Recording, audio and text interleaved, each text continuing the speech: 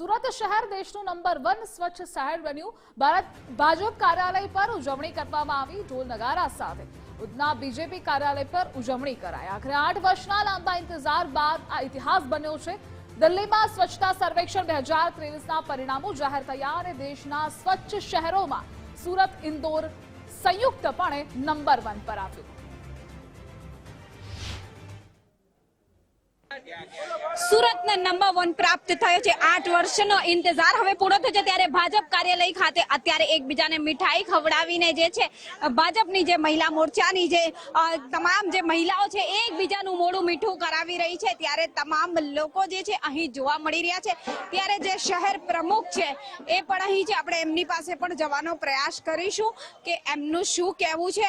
તમામ આખું એક ભાજપ કાર્યાલય કહી શકાય કે અહીં દેખાઈ રહ્યું છે। સેલિબ્રેશનનો જે માહોલ છે એ અહીં ચાલી રહ્યો છે। ત્યારે ખાસ આપણે એમની પાસે જઈને પૂછવાનો પ્રયાસ કરીશું। નિરંજનભાઈ, શું કહેશો? આજે સુરતને નંબર 1 નો રેન્ક પ્રાપ્ત થયો છે, કેવો માહોલ, કેવો આનંદ?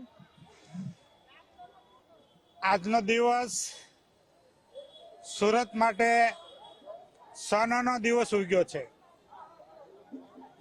આજે તમામ સુરતીઓ માટે, આ મહાનગરના નગરજનો માટે ખૂબ ખુશીનો દિવસ છે, ખૂબ ગૌરવનો દિવસ છે। મહિલા મંડળનો જે છે અહીંયા અનેરો આનંદ જોવા મળી રહ્યો છે। ખૂબ જ એન્જોયમેન્ટ હો જ્યારે અહીંયા જોડે છે મહિલા મંડળ। આપની પાસે આવવા માંગીશ, શું કહેવું છે? કેવું સેલિબ્રેશન, કેવી રીતે એન્જોય કરો? અરે સુરત જ્યારે આજે નંબર 1 આવ્યું છે, સામે આજે રામ મંદિર પણ ખુલ્લી રહેવાનું છે અને આટલો સારો ઉત્સવ આજે અમારા ભારતીય જનતા પાર્ટીના પ્રાંગણમાં અમે ઉજવી રહ્યા છે। અને સુરત જ્યારે આજે નંબર 1 આવ્યું છે ત્યારે અમે સુરતના તમામ અમારા પદાધિકારીશ્રીઓ, અમારી ટોટલ સંગઠનની ટીમ, અમારા શાસકો અને તમામ અધિકારીશ્રીઓ સાથે તમામ સ્વચ્છતા કર્મીઓને અભિનંદન પાઠવીએ છીએ। આ ઢોલ નગારા જોવા મળી રહ્યા છે। બેન, કઈ રીતનું આયોજન છે? ખૂબ જ આનંદની લાગણી થઈ જ્યારે આપણે સાંભળ્યું કે બીજા નંબર પરથી પહેલા નંબર પર સુરત પહોંચ્યું છે।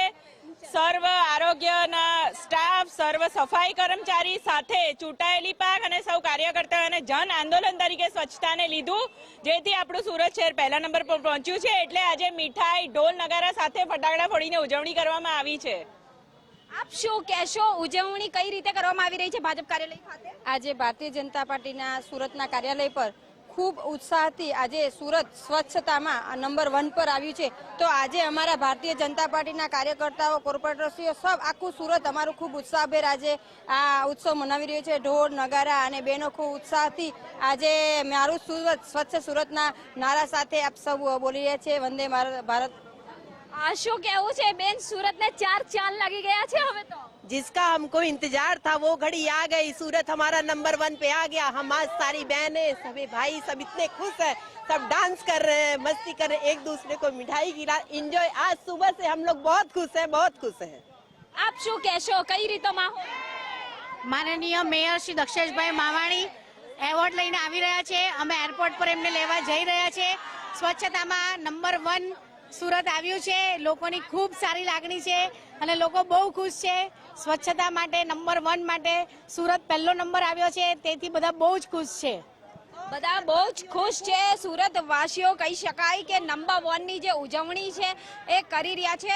ખાસ કરીને જે ભાજપ કાર્યાલય છે ત્યાં સુરત શહેર પ્રમુખ સાથે જે ભાજપ મહિલા મોરચા છે એ તમામ લોકો અત્યારે અહીં જોવા મળી રહ્યા છે। એકબીજાને મીઠાઈ ખવડાવવામાં આવી રહી છે, અભિનંદન પાઠવવામાં આવી રહ્યા છે। સફાઈ કર્મચારીઓનો આભાર વ્યક્ત કરવાની સાથે ઢોલ નગારા પણ અહીંયા ક્યાંક વગાડવામાં આવી રહ્યા હતા અને સાથે જ જે છે ફટાકડા ફોડીને સુરતના 8 વર્ષ બાદ આતુરતાનો જે અંત આવ્યો છે, નંબર 1 નો જે રેન્ક મળ્યો છે એને લઈને એક ખુશીનું વાતાવરણ ચોક્કસથી આજે ભાજપ કાર્યાલય ખાતે જોવા મળી રહ્યો છે। કેમેરામેન અજય કુમાર સાથે રાબિયા સાલે, ગુજરાત ફર્સ્ટ, સુરત।